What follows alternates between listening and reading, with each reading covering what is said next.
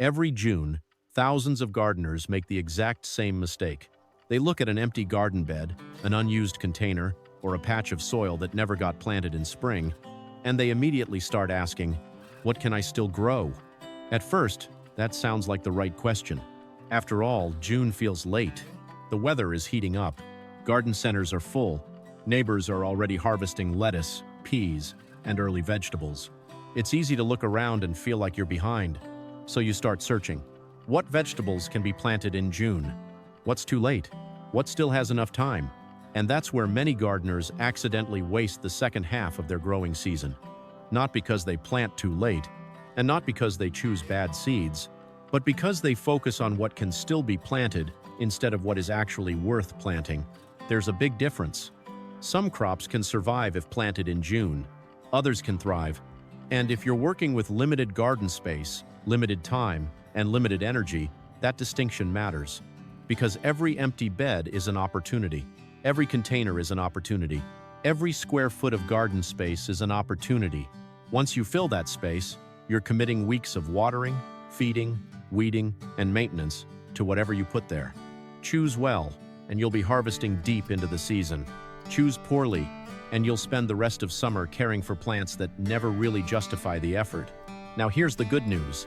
If you've been worried that you missed your chance this year, you're probably not as late as you think. In fact, several crops actually prefer the warm soil and long days that June provides. Some grow so fast that you'll be harvesting before many spring-planted crops hit their peak. Others are at their absolute best when planted once summer weather arrives. So instead of putting together another generic list of vegetables that can technically survive in June, I want to focus on something more useful. The crops that are still genuinely worth your garden space right now. For each one, we'll cover why it performs well this time of year, the biggest mistake gardeners make, and a practical tip that can help you get better results. Because the goal isn't just to fill empty space. The goal is to get the biggest reward possible from the growing season you still have left. And the first crop on the list is one that many gardeners cross off far too early. Ironically, June may be one of the best times to plant it. Let's start with a crop that many gardeners give up on far too early. Cucumbers. If you've always treated cucumbers as a spring crop, June might actually work in your favor. Cucumbers love warm soil, and once temperatures rise, they tend to germinate faster, grow faster, and establish themselves with far less hesitation than they do in cool spring conditions.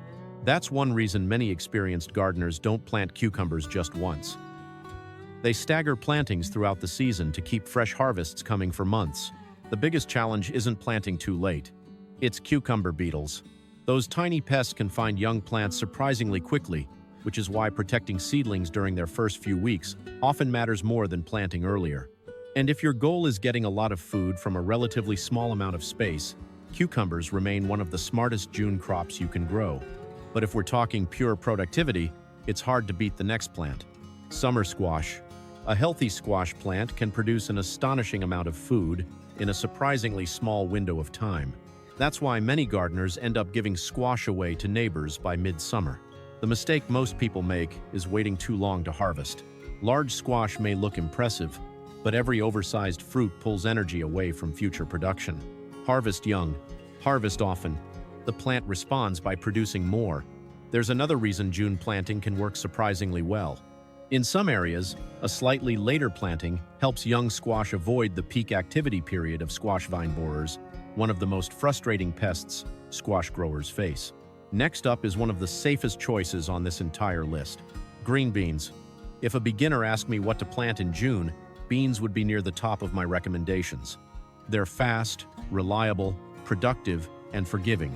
Within a matter of weeks, tiny seedlings can turn into vigorous plants loaded with flowers and developing pods, while slower crops are still getting established. Bush beans are especially useful because they mature quickly and fit almost anywhere. Pole beans can be even more productive, but only if you give them a trellis before they need one. That's a lesson many gardeners learn after staring at a tangled wall of vines they weren't expecting. Now let's talk about a crop that often sparks debate: melons. Watermelons and cantaloupes seem like crops that should have been planted months ago, and depending on where you live, that may be true. But this is where variety selection becomes more important than calendar dates. Gardeners with shorter seasons often have excellent success with smaller, faster maturing varieties, while longer season gardeners have more flexibility. That's why the question isn't, can I grow melons? The better question is, which melon fits the season I have left? And finally, let's talk about the crop most gardeners care about more than anything else. Tomatoes. Every year, countless gardeners ask the same question, is it too late for tomatoes? If you're starting from seed, the answer may depend on your climate. If you're planting healthy transplants, the answer is often no. In fact, many gardeners are surprised by how productive June-planted tomatoes can be.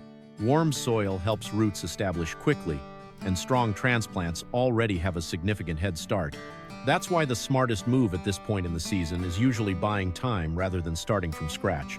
Choose a healthy transplant, plant it deeply, keep watering consistent, and avoid transplanting during the hottest part of the afternoon. Because while tomatoes aren't the fastest crop on this list, they may be the most rewarding. And the next group of plants includes some of the easiest, most overlooked, and most surprisingly productive choices you can still put in the ground right now. Now let's move into some of the most overlooked June crops. Starting with basil. Most gardeners think of basil as something that belongs next to tomatoes. And while that's true, basil deserves attention in its own right, because few herbs perform better once summer heat arrives. While other herbs can struggle as temperatures climb, basil seems to thrive on it. The biggest mistake is letting it flower too early. Once basil shifts its energy into producing seeds, leaf production slows dramatically. A quick pinch of those flower buds keeps the plant focused on what you actually want: more basil. And for the amount of space it occupies, few crops give you more repeated harvests throughout the season. Next up is a crop that surprises many gardeners: sweet potatoes. A lot of people assume June is too late. In reality, sweet potatoes often prefer it. Warm soil helps slips establish quickly, and once they start growing, they don't ask for much. The mistake is trying to force them with fertilizer. Too much nitrogen creates impressive vines, but disappointing harvests underground. Give them sunshine, give them time, and let the plant do the rest. Now let's talk about peppers. This is one of the crops that generates the most questions every summer, and the answer is usually simpler than people expect. Starting peppers from seed in June can be risky in many climates. Planting a healthy transplant is a completely different story. Peppers love heat. Once temperatures settle into summer patterns, growth often accelerates dramatically.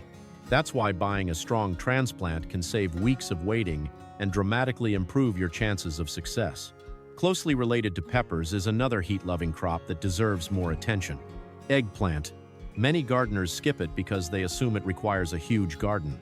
The reality is that many modern varieties remain surprisingly compact while producing heavily throughout summer. Like peppers, eggplants perform best when started from transplants and given plenty of warmth. And if you're gardening in containers, both crops are excellent candidates. Now let's talk about something that isn't a vegetable at all: flowers.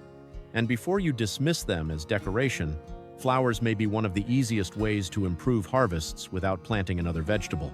Marigolds, zinnias, calendula, borage. These plants attract pollinators, support beneficial insects, and help create the kind of environment that encourages stronger production across the entire garden. In other words, flowers aren't stealing space from your vegetables. They're helping many of those vegetables produce more. That's why some of the most productive gardens you'll ever see are also filled with flowers. Before we finish, there's one bonus crop worth mentioning: corn. Corn isn't the easiest option on this list. It needs space. It needs adequate growing time, and it performs best when planted in blocks rather than single rows.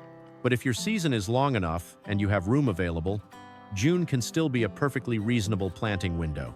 The key is choosing varieties that match the growing season you actually have. And that's really the lesson behind this entire list. The biggest June gardening mistake isn't planting too late. It's filling valuable garden space with crops that aren't likely to reward the time and effort you're about to invest. The most productive gardeners aren't necessarily growing more plants. They're choosing better ones. They're focusing on crops that love warm weather, fit the season they have left, and offer the greatest return for the space available. So if you've been staring at an empty garden bed and wondering whether you've missed your chance, remember this: June isn't the end of the growing season. For many of the crops on this list, it's the beginning of their best growing period. Choose wisely, plant confidently, and the second half of your gardening season may end up being the most productive part of the year.